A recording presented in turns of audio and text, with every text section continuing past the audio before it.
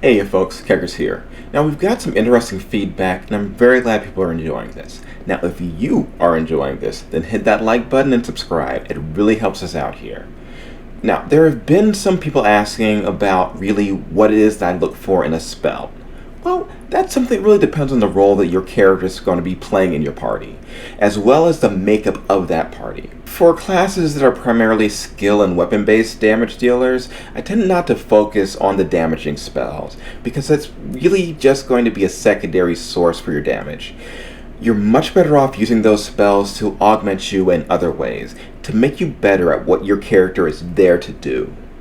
And as a ranger, your job is to take command of the party in guiding them through the wilderness. It is your job to track targets, to maintain awareness of your environment, stealth, cunning, observation. These are the things that are really best to focus on, and these are the spells that are going to make you the best in doing these things. Now, without further ado, here are your top 5 spells by level, Ranger Edition.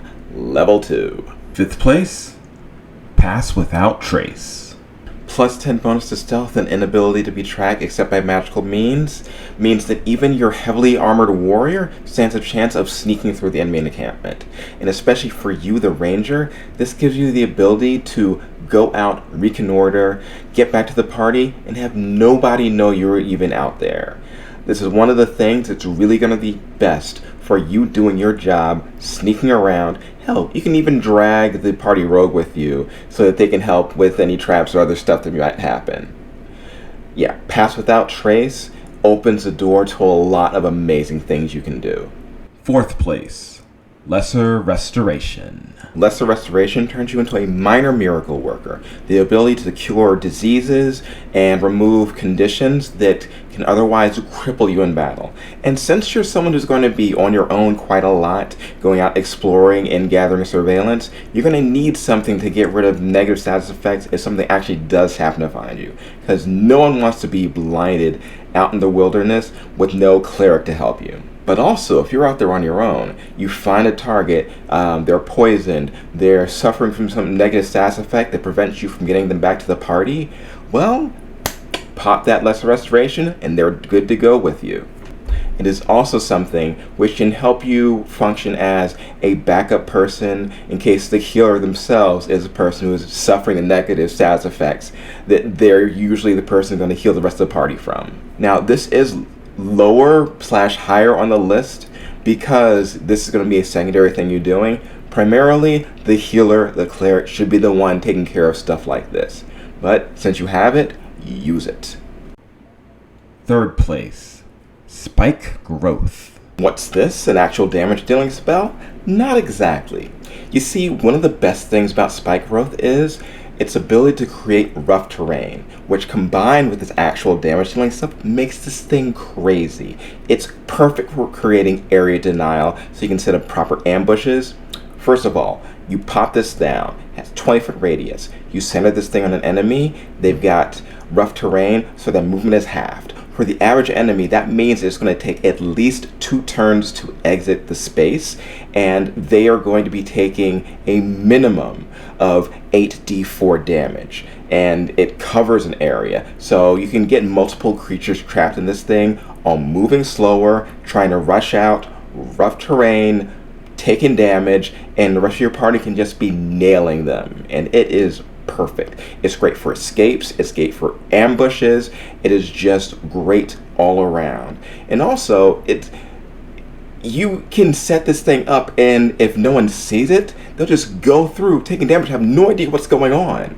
Yeah, Spike Growth is great, the damage is great, the ability to help you escape is great, the ability for ambushes is great. Spike Growth is great. 2nd place, Silence. You'd think this was there to help you out with sneaking around more, but no, this is there for a different purpose. This is there to be your wizard disabler.